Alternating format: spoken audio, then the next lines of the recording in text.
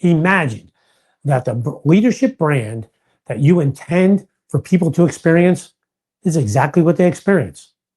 How likely is that? And what would that impact be? That would be great, wouldn't it? How do we know? How do we know what individuals are experiencing? Let's look at three areas to evaluate that. One, direct feedback. Two, interpreting indirect feedback. And number three, changing our behavior and measuring the changes. Welcome to Great Transition Strategies Monday Morning Stand-Up. 5 minutes to get your week off to a great start and potentially give you something to help make you a more effective leader so you can love what you do. Our leadership brand is important. How do we know what it is? That's what we've been talking about for the past 3 weeks. Now, this is one way to evaluate it. As I go through this, think about your brand, put it in your head. What do you think your leadership brand is? What do you intend for it to be? And how do you measure it? I want you to think about these measurements as we go through this. First, and no, I'm going to use the example that I've used all along. My brand, I intend to be clear, direct, hold people accountable, and people see me as fair, and they're willing to come and talk to me. All right. What about you? What's your brand? Now, direct feedback. Who can you ask to get the direct feedback you need? I know if I ask my wife, I'm going to get direct feedback. Matter of fact, I don't even have to ask. I'm going to get direct feedback. And you probably have some of those people in your life as well. That's one way.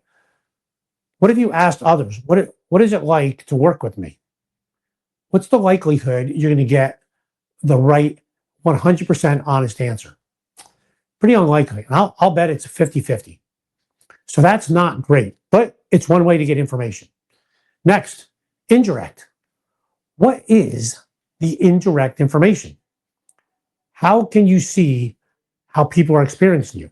And the way I'm saying do that is to be really alert to behavior changes, how people behave and react to you.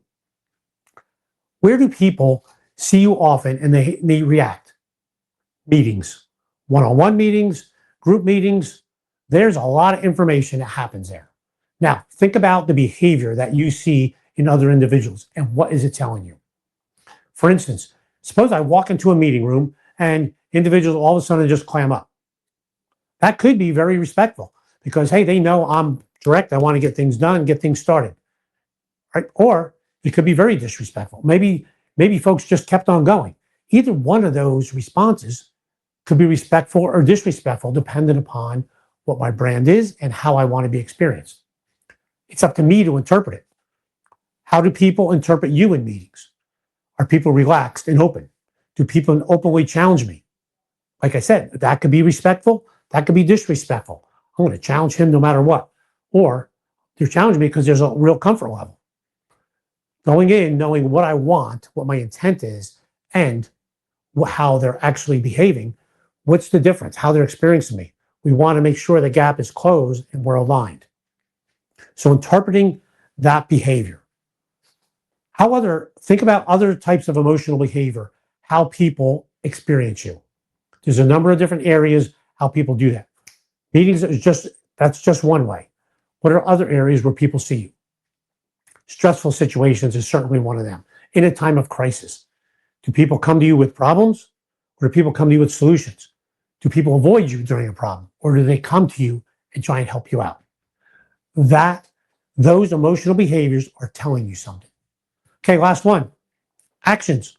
What are you going to do? Now you see how people are reacting to you. You thought, okay, I want to confirm that that's accurate. You probably need to make some behavior changes and see what happens.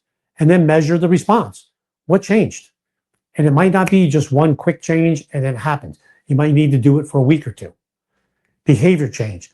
Change your behavior. Measure the response back. Did you close the gap? Is it working? Are you aligned? Over the past 3 weeks, this is week number 4, we've talked about your brand, your leadership brand. It's important. That's how people experience you. It's how you make them feel. What is your brand? And we talked about, number 1, setting what it needs to be, being deliberate about how you set it. Now, lastly, this is how we measure how accurate it is. Hope you found this series helpful. If you did, Share it. Follow me. See you next Monday morning, 8:30. Have a great week.